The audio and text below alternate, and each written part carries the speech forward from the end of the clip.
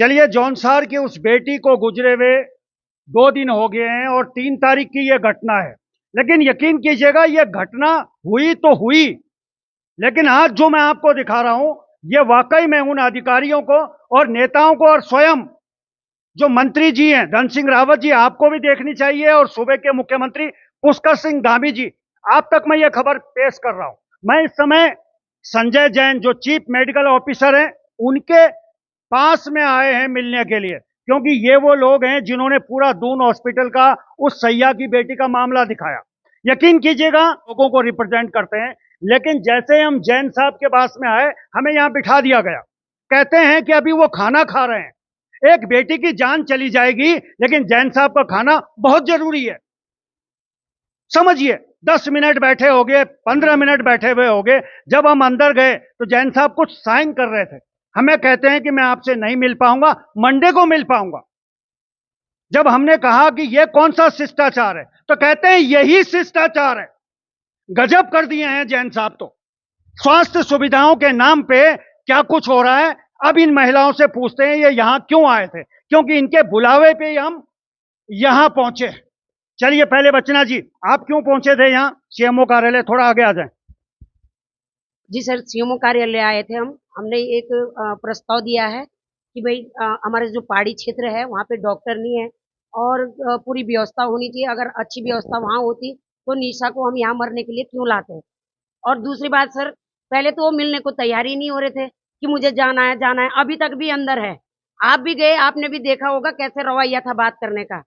तो ये सर बिल्कुल धांधलेबाजी हो रही है। सरकार पूरी व्यवस्था दे रही है, काम करना नहीं चाहते हैं। चलिए, काम करना नहीं चाहते। पूजा गौर जी, कैसा है सीएमओ साहब का रवैया, वो भी इस प्रदेश में, उत्तराखंड में, जहां पे अभी अभी 2 दिन पहले एक बेटी इनकी आंखों के सामने चली गई, तभी भी मामले को गंभीरता को न समझते हुए कह रहे हम तो बात ही नहीं करेंगे। अरे हम तो पूछेंगे, क्योंकि हम ही वो थे जिन्होंने उस बेटी की खबर सबसे पहले दून अस्पताल से सरकार तक पहुंचाई थी। क्या कहते हैं? देखिए, अस्पताल की स्थिति तो सब लोग जानते हैं कि अस्पताल की स्थिति देख के कितनी दुखदपूर्ण रही और बेटी की मृत्यु हो गई, और अस्पताल की जो व्यवस्था है उसको देख के तो सब पूरी चरमराई हुई है। लेकिन मुझे एक आस बची हुई थी कि शायद हम सीएमओ से मिले और वो संज्ञान लेंगे, कुछ ना कुछ हम जरूर कर पाएंगे। लेकिन अभी हम लोग भी सब वर्किंग लोग हैं, हम लोगों के पास भी ऑफिस का काम रहता है। आज भी मैं चक्राता से देहरादून आई थी, हमारे एनआरएलएम महिलाओं के लिए मीटिंग थी हमारी पर्यटन विभाग में। वहां पे हमने लंच नहीं किया, हमने अपने लंच टाइम में यहाँ पे आई कि मैं आके सीएमओ साहब से मिलूं, ताकि एक बेटी के लिए, अपने क्षेत्र के लिए हम कुछ कर पाए एक सामाजिक नागरिक होने के नाते। लेकिन आज की जो स्थिति देख के मतलब बहुत दुखदपूर्ण रही, जिस तरह से उनका रिस्पॉन्स था। मतलब एक सेकंड नहीं, इतनी बड़ी घटना हो चुकी है जहाँ पे उनको खेद व्यक्त करना चाहिए था और आश्वासन देना चाहिए था कि मैं खड़ा हूँ, मैं कुछ कर रहा हूँ, विभाग मेरे अंडर में आता है। दून अस्पताल के भले ही प्रिंसिपल नहीं है, लेकिन वो सीएमओ है, चीफ मेडिकल ऑफिसर है, और उन जो भी चीजें होती है उनके संज्ञान में आती है तो उनको उनको काम करना चाहिए। जिम्मेवारी उनकी बनती है। थोड़ा मेरे पे। He was very casual, he was very casual. He was very casual. थोड़ा जल्दी में हूँ। क्या लगा है, आज सीएमओ साहब ने आपको बहुत अच्छे से अटेंड किया, चाय वाय पिलाई, पानी वानी पिलाया कि नहीं पिलाया? बड़ा दुख का विषय है। हम कल भी यहाँ पे आए थे, सीएमओ साहब नहीं मिले। आज हम आए हैं ऐसे बिना मतलब अचानक के तौर पे, तो हमें वो मिल गए हैं। हमने उनको एक एडमिटल दिया है, एक कागज दिया उनको, एप्लीकेशन बना के दे रखी है। हमने जितने भी जौनसार बौर में और इतने पहाड़ी क्षेत्र में जितने भी हमारे सामुदायिक केंद्र, जितने भी स्वास्थ्य विभाग की जो बिल्डिंग है बनी हुई है, हमने कहा कि इसके अंदर 10 दिन के अंदर अगर व्यवस्था कर सकते हैं तो ठीक है, नहीं तो 10 दिन के बाद जो है हर अस्पताल में ताला लगेगा और वो तब तक बंद रहेगा जब तक जो है वहाँ पे व्यवस्था नहीं होगी। अगर वहाँ पे व्यवस्था होती तो निशा यहाँ पे देहरादून में नहीं मरना पड़ता। चलिए, निशा की अगर बात हो रही है, मैं एक चीज और बता दूं अपने अधिकारियों को, ये जो तनख्वाह आप लेते हैं ना साहब, ये जनता के पैसे से आपको दी जाती है। यह कोई सरकारी खजाना नहीं है, यह कोई प्रोविडेंट फंड नहीं है किसी का, कोई तोड़ के लाता है और तब आपको तनख्वाह दी जाती है। एक एक आदमी के टैक्स के पैसे से आपको तनख्वाह मिलती है, और यह रवैया आपका, वो भी मामले की गंभीरता को देखते हुए आपको कम से कम पूछना चाहिए था कि क्या है, बताइए। मैं जल्दी में हूं, लेकिन थोड़ा बताइए। और मजे की बात तो तब है जब उनके बाहर बैठे हुए व्यक्ति कहते हैं कि वो खाना खा रहे हैं। अंदर हम जाते हैं वो कोई खाना नहीं खा रहे थे।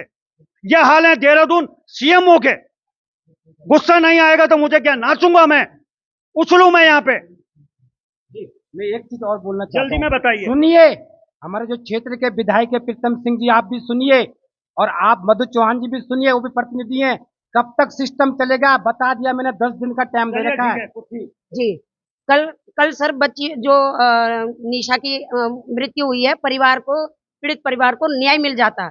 वहाँ चश्मे लगा के 2 महिलाएं आई है। चलिए उस पर मैं बाद पूरे- में आऊंगा, आपको अंत में कहना चाहती जी हूँ। हमारी जो मांग थी कि जो 4 डॉक्टर हैं उनको सस्पेंड करने की मांग थी, उन्होंने उसको करने मतलब सस्पेंड बोला कि सस्पेंड कर रहे हैं, बट उनको अवमुक्त किया हुआ है। अवमुक्त और सस्पेंड करने में फर्क होता है। ठीक है, उन्होंने ये बोला है कि जैसी कमिटी बैठेगी हम उनको सस्पेंशन ऑर्डर भी दे देंगे अवमुक्त करने के बाद। लेकिन व्हाट अबाउट पीआरओ? पीआरओ के लिए मैं 2 दिन से कर रही हूँ, जैसे ही लाश उनकी कस्टडी से निकल गई, पीआरओ का लेटर अभी तक रिलीज नहीं हुआ है। मतलब वो इस तरह के जो दरिंदे हैं उनको पाल के रखेंगे कि आओ और भी निशा मरे। चलिए बहुत सारी की चीजें हैं, और देखिए मैं हमेशा खबर करता हूं, बहुत शांति से करता हूं, प्यार से करता हूं, लेकिन मैंने उस चीज को देखा है।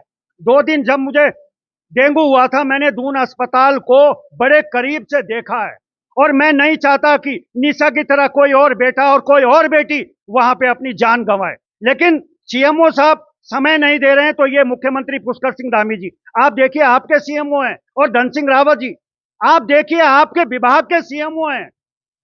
बाकी मैं क्या कहूं, चलिए बहुत कुछ है कहने के लिए। एक सेकंड बस ये बोलना चाहूंगी कि जो पहाड़ में जो 16 जो पब्लिक हेल्थ सेंटर है वहां की जो बात की गई, तो बोलते हैं कि हम कुछ नहीं कर सकते, हमारे पास डॉक्टर नहीं है। तो मतलब क्या वहाँ के लोग मरने के लिए चलिए मरने के लिए ही छोड़ रखे हैं, यकीन कीजिएगा।